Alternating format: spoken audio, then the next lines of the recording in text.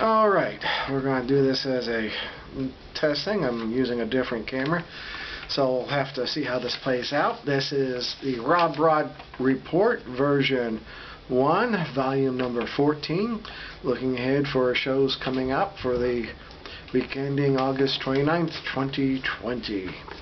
I currently have 4 shows starting on Friday the 28th. Of course, we've got Southern Honor Wrestling in Canton, Georgia, presenting the Rumblejack matches.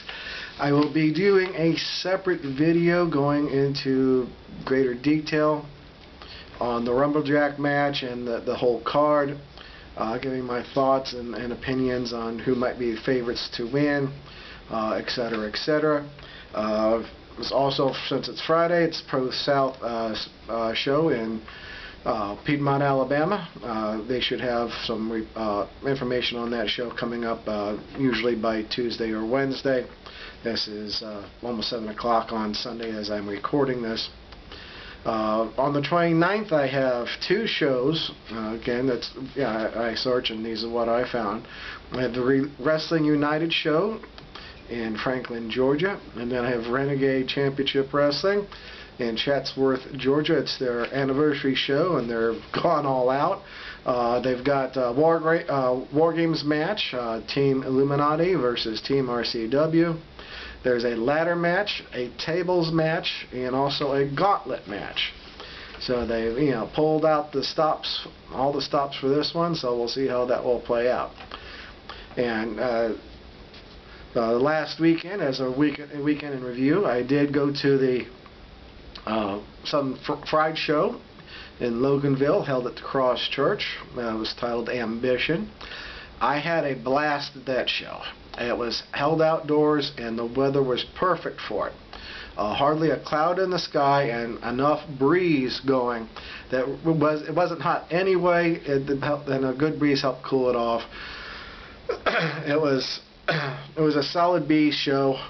The first match was the lowest rated match, but it was an important match that set up several things that happened throughout the rest of the show. It featured the debut of Drew Knowles, Jay Too Strong, and Austin Towers.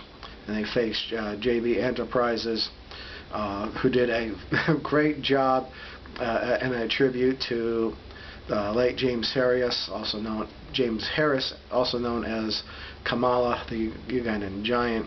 And tip of the hat, that was a fantastic job that they did with that.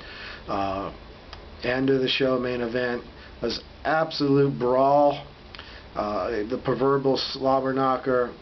And it's when you have people handing their chairs over to be thrown into the ring, it was a kind of special thing.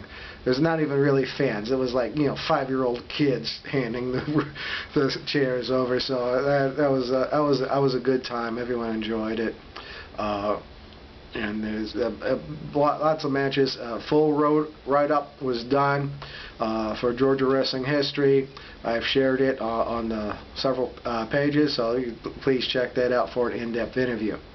So that's basically what I've got for this week. And be sure to look out for my second video this week.